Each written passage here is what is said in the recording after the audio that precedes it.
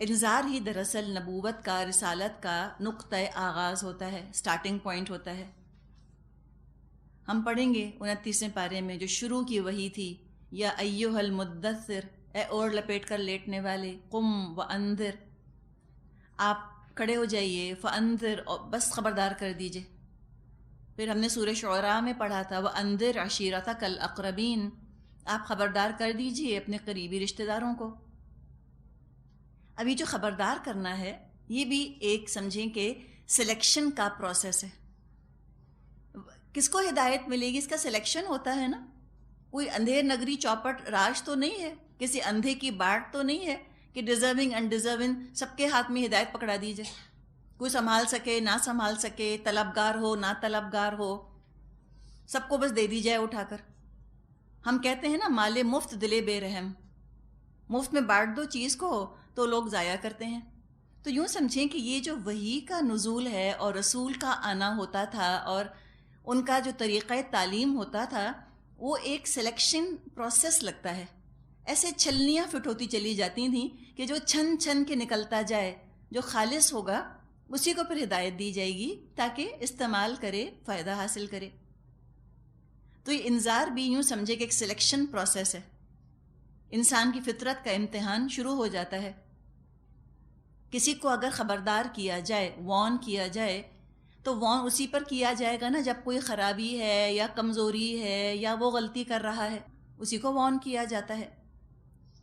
اب اس وارننگ سے، خبردار کرنے سے، انذار سے دو طرح کے لوگوں میں دو طرح کے رد عمل پیدا ہوتے ہیں۔ جن میں ذرا بھی خشیت ہوتی ہے، ہیوملٹی ہوتی ہے، عاجزی ہوتی ہے، وہ چونک جاتے ہیں۔ دے ٹیک ہیڈ، وہ کہتے ہیں اچھا مجھ میں غلطی ہے، مجھ میں خرابی ہے، میں غلطی کر رہا ہوں، شکریہ آپ کے بتانے کا، اب آپ بتائیے میں کیا کروں۔ یہ کون کہے گا؟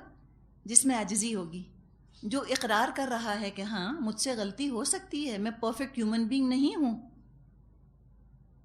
غلطی کے امکانات موجود ہیں، اور وہ اگلے کے خلوص کو اپریشیٹ کرے گا، ہدایت پالے گا۔ یہ سلیکشن ہو گیا، اس کا مل گئی ہدایت اس کو، انشاءاللہ اب درجوں میں اضافہ ہوتا چلا جائے گا۔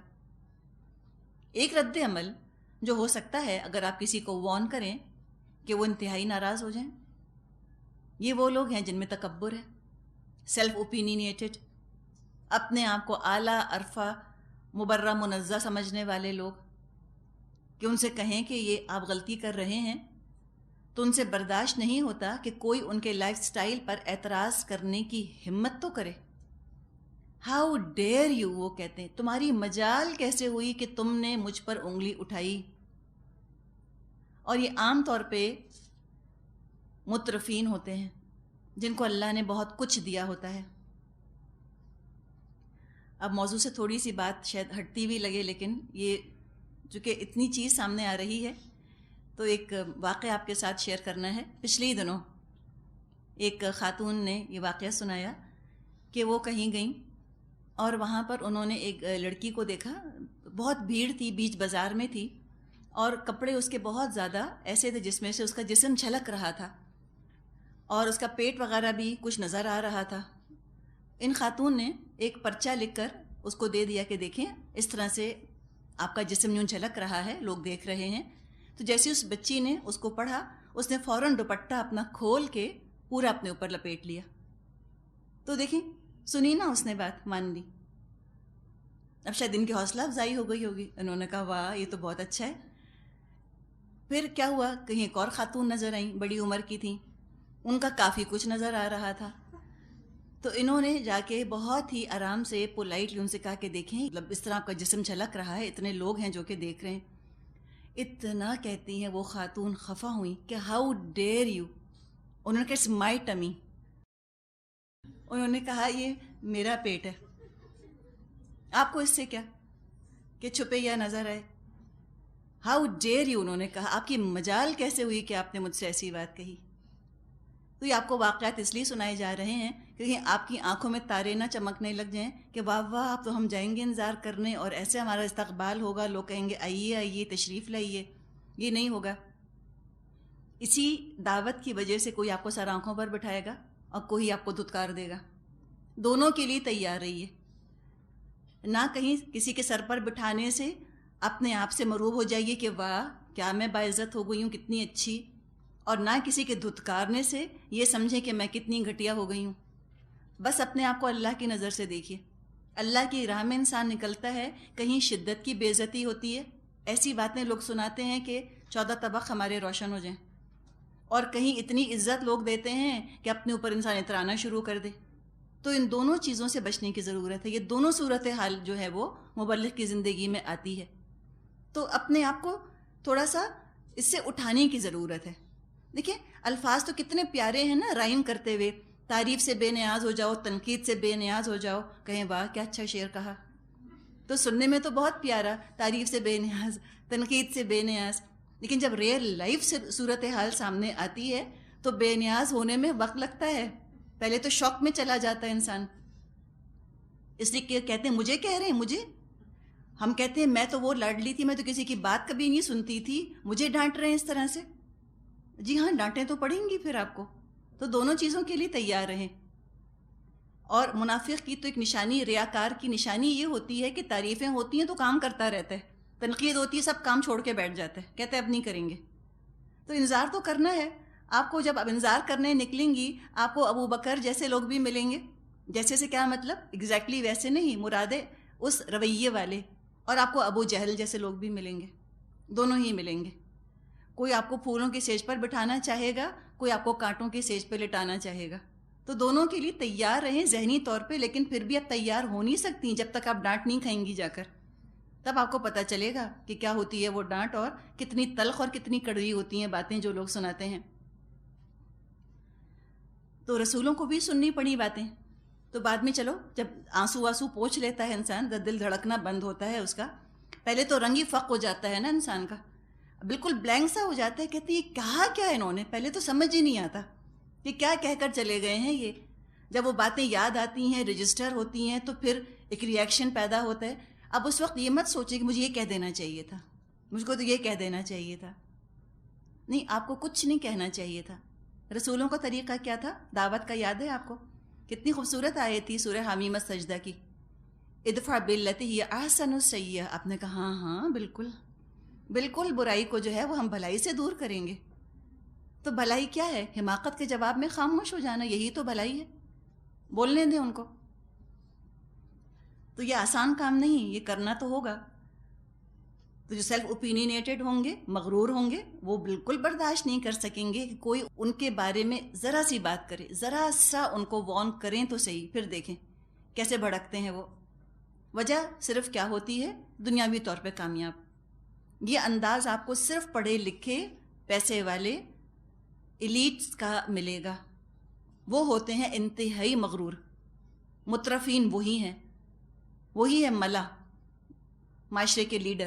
اور سب سے زیادہ شامت انہی کی آنی ہے قیامت کے دن. سب سے زیادہ اللہ انہی کو پوچھے گا کہ تم نے کیا کارنامے انجام دیے، تم یہ ذرا تو بتاؤ. اس وقت اتنی نعمتیں میں نے تم کو دی تھیں، کیا کر کر آئے ہو تم؟ میرے دین کو گرانے میں تم نے استعمال کیا نعمتوں کو. ایسا بھڑکا کرتے تھے. تبھی تو ہم اتنی بے عزتی وہ محسوس کرتے ہیں نا. ایگو پرابلم جو ہے اتنا زیادہ. اسی لیے ہم پڑھتے ہیں قرآن میں کہ ان کے لیے کیا ہے؟ عذاب مہین، رسوا کرنے والا عذاب. دنیا کی تو اتنی سی ان کو جو بے عزتی برداشت نہ ہوئی، حالانکہ بے عزتی تھی کوئی نہیں، انذار کو بے عزتی سمجھا. تو قیامت کے دن اللہ نمٹ لے گا ان سے. فرما دیا فریقن فی الجنہ، ایک گروہ ہوگا جنت میں، وہ فریقن فی السعیر، ایک ہوگا بھڑکتی آگ کے گڑھے میں. تو فرمایا کہ خبردار کر دیجئے ان کو یوم الجمعی، ایک دن جب کہ یہ جمع کیے جائیں گے. یوم الجمعی قیامت کے ناموں میں سے ایک نام ہے. لا ریب فیہ، کوئی شک نہیں. یہ شک کرتے رہیں. ان کے شک کرنے سے قیامت غائب تھوڑی ہو جائے گی. ان کے بنائے ہوئے معیار پر یا ان کی سوچوں کے مطابق یا ان کی مرضی کے حساب سے تو واقعات پیش نہ آئیں گے. مغرور اتنے ہیں، سمجھتے ہیں کہ وقت کے دھارے کو اپنے حساب سے چلا لیں گے. نہ کر سکیں گے. بے بس ہوں گے اللہ کے سامنے. اب کسی کے دل میں خیال آئے کہ یہ دو فریق کیوں بنے، سبھی کیوں نہ جنت میں چلے گئے. انسان ہونے کے ناطے خیال آتا ہے نا. دل چاہتا ہے کہ ہم سب کو ان کے حالوں پر چھوڑ دیں. سچی بات ہے. بعض دفعہ دل چاہتا ہے بچوں کو بھی ان کے حال پہ چھوڑ دو، جو کرتے ہیں کریں، نوکروں کو بھی چھوڑ دو، جو کرتے ہیں کریں، کتنے ریلیکس ہم ہو جائیں نا. تو اگر ہم اتنے ریلیکس ہو جائیں گے تو کیا ہوگا؟ جس کا جو جی چاہے کرتا رہے. تو بہتری تو کبھی نہ ہو سکے گی جب تک لوگوں کو پابند نہیں کیا جاتا. بہتری نہیں ہوتی. پابند کرنے کے لیے لاز ہوتے ہیں، قوانین ہوتے ہیں. قوانین کو سب ماننا نہیں چاہتے. جو مانتے ہیں وہ ایک گروہ بن جاتے ہیں، جو نہیں مانتے وہ ایک گروہ بن جاتے ہیں. تو اس کے بارے میں فرمایا وَلَوْ شَاءَ اللَّهُ لَجَعَلَهُمْ أُمَّةً وَاحِدَةً وَلَكِنْ يُدْخِلُ مَنْ يَشَاءُ فِي رَحْمَتِهِ. اگر اللہ چاہتا ان سب کو ایک ہی امت بنا دیتا، لیکن وہ جسے چاہتا ہے اپنی رحمت میں داخل کرتا ہے. یہ جو اللہ تعالیٰ کا انداز ہے نا، اس سے اللہ کی شان پتہ چلتی ہے. وہ ہے قادر مطلق، اس کی مرضی. وہ کسی سے مشورے نہیں لیتا، وہ کسی کی پسند ناپسند سے مروب نہیں ہے، متاثر نہیں ہے، کوئی پریشر نہیں ڈال سکتا. اس کی مرضی. یدخل من یشاء فی رحمتہ، اس کی مرضی. جس کو چاہے اپنی مرضی سے وہ رحمت میں داخل کرے. کوئی ڈکٹیٹ نہیں کر سکتا اللہ کو، اپنے نظریات کا زور نہیں ڈال سکتا اس کے اوپر. اس کی مرضی. یہ ہے نا اللہ کی شان، یہ ہے رب، یہ ہے اللہ. چاہے تو نیک سے نیک انسان کو جہنم میں ڈال دے، کوئی ہاتھ نہیں پکڑ سکتا. چاہے تو بد سے بد کو جنت میں ڈال دے، کوئی کوشچن نہیں کر سکتا کیوں کیا. من یشاء، اس کی مرضی، جو چاہے کرے. چاہتا سب کو ایک گروہ بنا دیتا، سب کو جنت میں ڈال دیتا، لیکن اس کی مرضی، اس کی حکمت. اس نے چاہا کہ میں دیکھتا ہوں کون ہے جو کہ میری رحمت حاصل کرنے کی کوشش کر رہا ہے. اس کے حساب سے پھر لوگ دو گروہوں میں بٹ جاتے ہیں، ایک امت نہیں رہ پاتے. وَالظَّالِمُونَ مَا لَهُم مِّن وَلِيٍّ وَلَا نَصِيرٍ، اور ظالموں کا نہ کوئی ولی ہے نہ مددگار. کس چیز کے لیے؟ اللہ کی رحمت کی طرف رہنمائی کرنے کے لیے. نہ ولی ملتا ہے ان کو، نہ مددگار. خود اتنے اللہ کے دشمن ہوتے ہیں، اپنے ارد گرد بھی یہ اللہ کے باغیوں ہی کو جمع کرتے ہیں. مکھی جو ہے وہ گندگی پر ہی جا کر بیٹھتی ہے. تو جہاں گندے لوگ ہوتے ہیں وہ گندگی جو ہے وہ گندے لوگوں کو ہی اٹریکٹ کرتی ہے. ایسے ان کے ارد گرد بھیڑ جمع ہو جاتی ہے، ایسے گندے لوگ جمع ہو جاتے ہیں اللہ کے باغی، کہ جو اللہ کی رحمت کی کوئی کرن، کوئی بوند اللہ کی رحمت کی ان کی زندگیوں تک پہنچنے نہیں دیتے.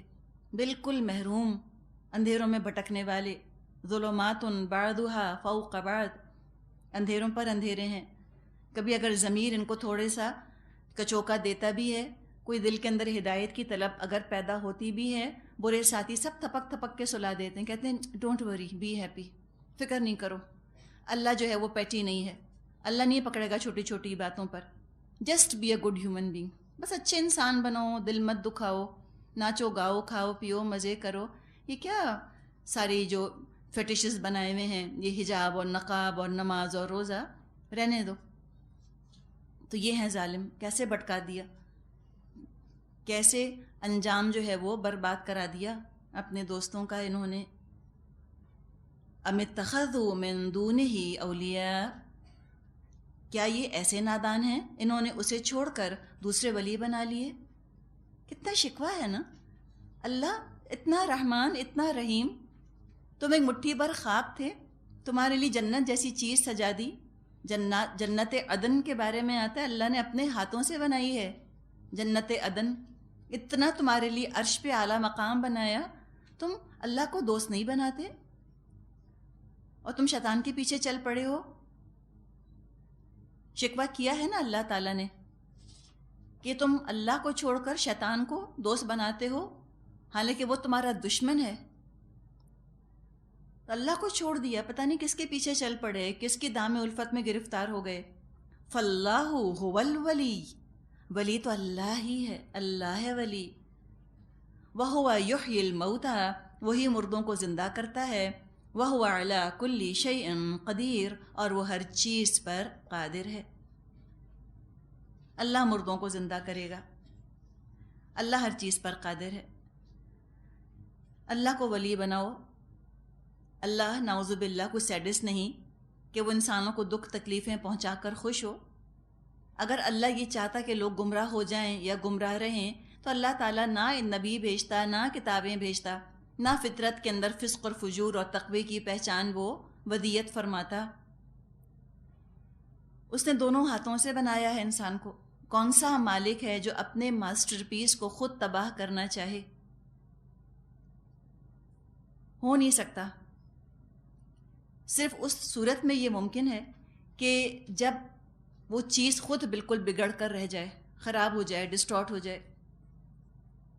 اللہ نے انسان کو بنایا، انسان کو تمام مخلوقات سے مختلف بنایا۔ فرشتوں سے بہتر اس طرح بنایا کہ فرشتوں کو اللہ نے اختیار نہیں دیا، ارادہ اختیار انسان کو دیا، اس لیے کہ خلیفہ بنانا تھا نا انسان کو۔ اور اب اللہ تعالیٰ نے اس کو چوائس دی ہے، اما شاکرا و اما کفورا، جو چاہے شکر گزار ہو جائے، جو چاہے کفر کرے۔ تو اللہ تعالیٰ سے جو رحمت مانگے گا اللہ رحمت دے دے گا۔ کسی نے کہا ہے نا کہ ہم تو مائل بکرم ہیں، کوئی سائل ہی نہیں۔ اللہ تو کرم کرنے پر تیار ہے، چھوٹی چھوٹی چیزوں پر خطائیں بخشتا ہے، تو مانگنے والے تو بنو۔ تو فرمایا کہ اللہ تو ہر چیز پر قادر ہے، تم دیکھو کہ تم کیا چاہتے ہو اپنے لیے۔ ولی کا لفظ کئی معنوں میں آتا ہے، دوست کے لیے، مددگار کے لیے، رہنما کے لیے یہ لفظ آتا ہے، رول ماڈل کے لیے یہ لفظ آتا ہے، قریبی تعلق کا اس کے اندر مطلب پایا جاتا ہے۔ اللہ زندہ کرے گا مردوں کو قیامت کے دن، تو جس نے اللہ کو ولی بنا لیا اس کو تو پھر موت بہت پیاری ہوگی، اللہ سے ملنے کا خواہش مند ہوگا۔ یہ تو زندگی کی سانسیں ہیں جو اس ملاقات میں رکاوٹ بنی ہوئی ہیں، یہ سانس ختم ہوگی تو کہیں اللہ سے ملاقات ہوگی۔ اور جس نے دنیا کو اپنا دوست بنا لیا اس کو موت سے زیادہ ناگوار کوئی اور چیز ہوگی نہیں، اس لیے کہ اللہ سے دشمنی مول لی ہے نا، تو وہ ایک باغی کی حیثیت سے اللہ کے آگے کیوں پیش ہونا چاہے گا؟ وہ تو چاہے گا نہ آئے قیامت، نہ اٹھائے جائیں مردے۔ اور اللہ نے بار بار اس بات کی تاکید کر دی کہ اللہ اٹھائے گا مردوں کو، سب کا حساب کتاب ہوگا۔ آگے فرمایا آیت نمبر 10 رکوع نمبر 2 شروع ہو رہا ہے، وَمَا اخْتَلَفْتُمْ فِيهِ مِنْ شَيْءٍ فَحُكْمُهُ إِلَى اللَّهِ، تمہارے درمیان جس معاملے میں بھی اختلاف ہو اس کا فیصلہ کرنا اللہ کا کام ہے۔ ذَلِكُمُ اللَّهُ رَبِّي عَلَيْهِ تَوَكَّلْتُ وَإِلَيْهِ أُنِيبُ، وہی اللہ میرا رب ہے، اسی پر میں نے بھروسہ کیا اور اسی کی طرف میں رجوع کرتا ہوں۔ اب اختلاف کی بات یہاں سے کی جا رہی ہے۔ اب یہ نہیں فرمایا کہ تم اختلاف مت کرنا۔ اختلاف کون نہیں کرتا؟ جس میں عقل نہیں ہوتی یا جس کے پاس اختیار نہیں ہوتا۔ پہاڑ اختلاف نہیں کرتے، پانی اختلاف نہیں کرتا، ہوا اختلاف نہیں کرتی، ستارے، سیارے، چاند، سورج، ان میں کوئی اختلاف نہیں۔ دیر از نو ڈفرینس آف اوپینین۔ اور کیوں نہیں ہے ڈفرینس آف اوپینین، اختلاف رائے کیوں نہیں ہے؟ اس لیے کہ رائے ہی نہیں۔ اور رائے کیوں نہیں ہے؟ اس لیے کہ اختیار ہی نہیں، سوچنے سمجھنے کی صلاحیت ہی نہیں۔ تو جہاں بھی عقل ہوگی وہاں اختلاف تو ضرور ہوگا۔ اب یہ اختلاف اگر حد کے اندر اندر رہے تو برا نہیں۔ اس سے کیا ہوتا ہے؟ یوں سمجھیں کہ جیسے کہ مختلف نظریات کا جب ٹکراؤ ہوتا ہے، مختلف خیالات کا ٹکراؤ ہوتا ہے، اس سے بعض دفعہ بڑی مثبت، بڑی پازیٹیو چیزیں سامنے آتی ہیں۔ جیسے کسی نے کہا کہ میں نے اس شخص سے کبھی کچھ نہیں سیکھا جو میری ہر بات کو مان لیتا ہو، جو مجھ سے اگری کرتا ہو۔ تو بعض فروعی معاملات کے اندر، یعنی ہم بنیادی عقیدے کی بات نہیں کر رہے کہ اختلاف اس پر شروع کر دیں کہ اللہ ہے یا نہیں، یا رسول ہیں یا نہیں، یہ بات نہیں، فروعی معاملات کی بات کی جا رہی ہے۔ ان میں تھوڑا بہت اگر ڈفرینس آف اوپینین ہمیں ملتا ہے تو پازیٹیو ہے، اس کو پازیٹیو چینلائز کر دیں، اس سے مزید سوچ کے اور مختلف پہلوؤں پر غور کرنے کا اگر موقع ہاتھ آ جاتا ہے، سوچ کو اور تھاٹ پروسیس کو اگر انرجی ملتی ہے، الحمدللہ۔ اللہ تعالیٰ نے ایسا ڈڈز نہیں بنایا ہم کو کہ ہم کچھ نہیں سوچ سکتے، ہم کو روبوٹس تھوڑی ہیں۔ اب اس وقت جو ہم قرآن کی آیات سن رہے ہیں، آپ میں سے ہر ایک کے دماغ میں ایک الگ الگ خیال آ رہا ہوگا. اگر اپنی تفسیروں کو آپ کمپیئر کریں تو آپ جو کچھ سن کر لکھ رہی ہیں وہ سب کی مختلف ہوں گی، اس لیے کہ ذہنی سطح کچھ کی بہت بلند ہے.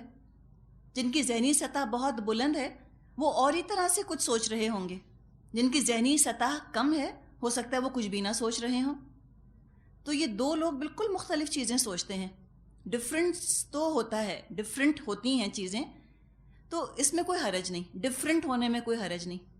اللہ نے ماس پروڈکشن نہیں کی انسانوں کی. ہماری سب کی شکلیں الگ ہیں، ہمارے مزاج الگ ہیں، ہماری طبیعتیں الگ ہیں، ہم مختلف پس منظر سے، بیک گراؤنڈ سے آ رہے ہیں، الگ الگ حالات سے ہم سب نکل کر آئے ہیں نا. آپ بتائیں، ہم سب ایک طرح کے حالات سے نکل کر آئے ہیں. کوئی نوکروں کو ڈانٹ کے نکلا ہوگا، کوئی نوکروں سے خوش نکلا ہوگا، کسی کا میاں سے جھگڑا ہو گیا، کسی کا کچھ ہو گیا، کسی کے میاں آج بہت ہی خوش تھے ان سے اللہ کے فضل سے، تو کسی کا کام بہت اچھا ہوا، کل کا دن بہت اچھا گزرا، کسی کا کل کا دن اچھا نہ گزرا، کوئی ٹینشن تھی گھر میں، کوئی پریشانی. کسی کے لیے ہوا ہوگا کہ کل کا دن تھا کہ کوئی پریشانی نہ تھی، بہت ہی انجوائے کیا. مختلف حالات ہیں نا جو ہم پہ اثر انداز ہوتے ہیں، اور وہ ہمارے مزاج پر اثر انداز ہوتے ہیں، مزاج ہماری سوچ پر اثر انداز ہوتا ہے. تو ڈفرینٹ تو ہیں، ہم سب ڈفرینٹ ہیں. یہ رنگا رنگی ہے، منوٹنی نہیں ہے دنیا میں. اللہ کی تخلیق میں گہما گہمی ہے، رنگا رنگی ہے، ورائٹی ہے اللہ کی تخلیق کے اندر. تو جیسے جسموں کے اندر ورائٹی اللہ نے بنائی ہے، شکلوں میں ورائٹی بنائی ہے، دماغ اور عقلوں اور سوچ میں بھی بڑی ورائٹی ہے. ایک اللہ تعالیٰ نے رینبو بنا دی ہے انسانوں کی. ان کی سوچ کے ڈفرینٹ اسپیکٹرمز ہیں، ڈفرینٹ رنگ ہیں انسانوں کے. تو اگر وہ سب الگ الگ رنگ جو ہیں وہ مل کر رینبو بنتے ہیں، الحمدللہ، اس سے اچھی کیا بات ہے.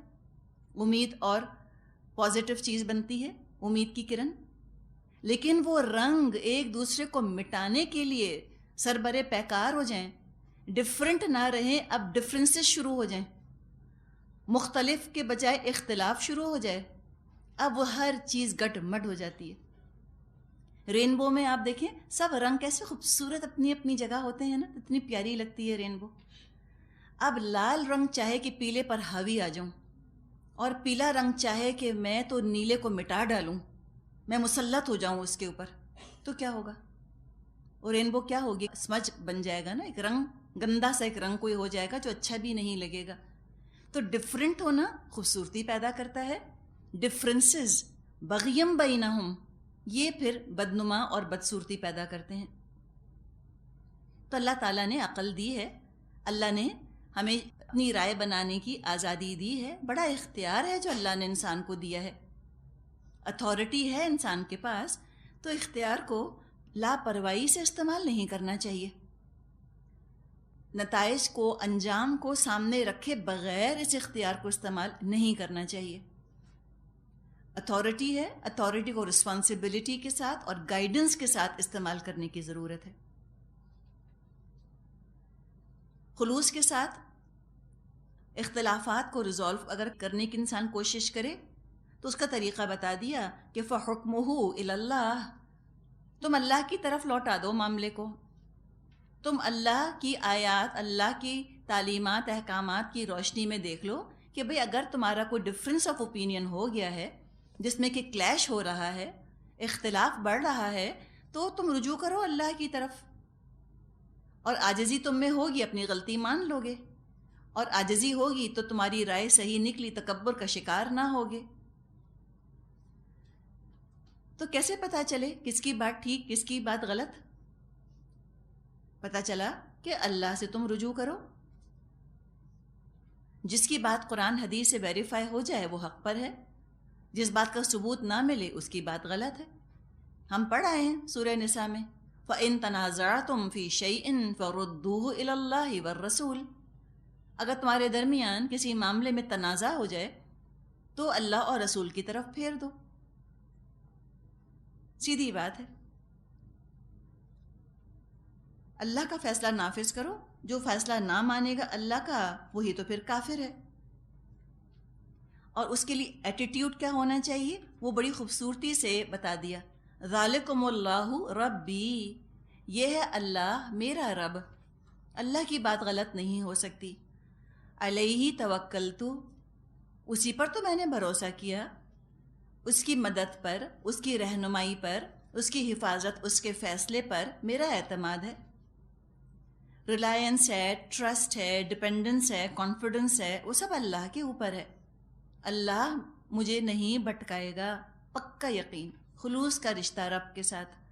وَإِلَيْهِ أُنِيبُ، اسی کی طرف میں نے رجوع کیا۔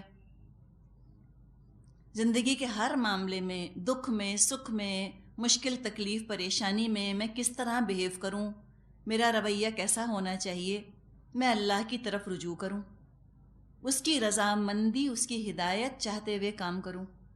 اور سچ بات یہ ہے کہ اگر ہم قرآن سے کٹ جائیں تو ہمارا رویہ بہت خراب ہو جائے۔ ہم اتنے کمزور انسان ہیں نا، اور بدی کی طرف انسان کا رجحان بھی زیادہ ہے، بد بننے میں مزہ بہت آتا ہے۔ صحیح بات ہے، غصہ آ رہا ہے آپ خوب چیخیں، کوئی گناہ کرنے کا دل چاہ رہا ہے دھڑلے سے کریں، پھر دیکھیں کیا آپ کو لطف، ریلیکس، مزے ہی مزے، جو مرضی پہنیں، جو مرضی آپ کھائیں۔ تو انسان کے اندر ایک ہے نا حد سے گزرنے کی، طغیانی کی انسان میں ہے پرابلم، ہم سب اپنے اندر محسوس کرتے ہیں۔ دل چاہتا ہے کہ اس وقت جو منہ میں آئے میں کہہ دوں۔ کیا چیز روکتی ہے؟ شرم، قرآن کی شرم، کہ ہم قرآن پڑھتے پڑھاتے ہیں، ہم قرآن میں اتنا کچھ پڑھ رہے ہیں، ہم کلاس میں ایسی باتیں کرتے ہیں، ہم اتنا گھٹیا رویہ کیسے اختیار کر سکتے ہیں؟ تو یہ قرآن ہے جو کہ ہم کو پکڑ لیتا ہے، ورنہ ہم ایسے نہیں ہیں اتنے اچھے کہ ہم اپنے اوپر قابو پا کے رکھیں۔ اللہ کا کرم، اللہ کے کلام کی برکت ہے جو ہم کو انسان بنا کے رکھتی ہے، اشرف المخلوقات، ورنہ ہم نہیں بن سکتے تھے، ہم تو واقعی اسفل سافلین ہو جاتے، نچلوں میں سب سے نچلے۔ تو جو اللہ کی طرف رجوع کرے، ذرا سا کنٹرول کر لے کہ اللہ کی مرضی کے مطابق کام کرنا ہے مجھے، ایسا کام کروں، اور ہر موقع پر میں ایسا بیہیو کروں، ایسے رویے کا اظہار کروں کہ اللہ راضی ہو جائے، چاہے مجھے غصہ آ رہا ہو، چاہے مجھے ٹینشن ہو، چاہے میں خوش ہوں، چاہے میں کچھ بھی ہوں، ایسا کام کروں کہ میری مرضی اور اللہ کی مرضی ایک ہو جائے۔ ایاک نعبد و ایاک نستعین، ہم اللہ تیری عبادت کرتے ہیں، ہم تجھ ہی سے مدد چاہتے ہیں۔ تو یہ انابت کا حق ادا ہو جائے گا۔ اور یہ بات کرنی تو بڑی آسان ہے کہ ہم اپنی چابی، اپنا کنٹرول کسی اور کو نہ دیں، ہم دوسروں کو اسپیئر کیز نہ بانٹ دیں کہ وہ ہمیں کنٹرول کریں۔ اس کا واحد طریقہ ہے کہ کسی بھی صورتحال سے اپنے آپ کو انسان ڈیٹیچ کر کے اللہ کے نقطہ نظر سے سوچے کہ اللہ کیا چاہتا ہے، تبھی انسان کو سکون ملے گا اور اس کا اخلاق بہتر ہوگا۔ تو اللہ کی طرف رجوع کرنا، وَإِلَيْهِ أُنِيبُ، اسی کی طرف میں رجوع کرتا ہوں۔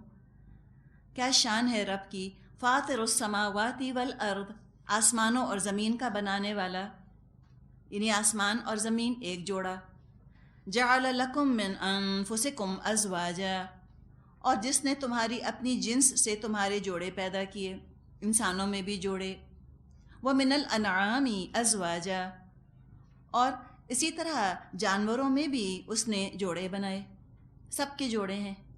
یذرؤکم فیہ، یہ ہے مصلحت جوڑے بنانے کی، کیا؟ یذرؤکم فیہ، تاکہ تمہاری نسل پھیلائے، اس طریقے سے ملٹی پلائی کرنا تھا تم کو۔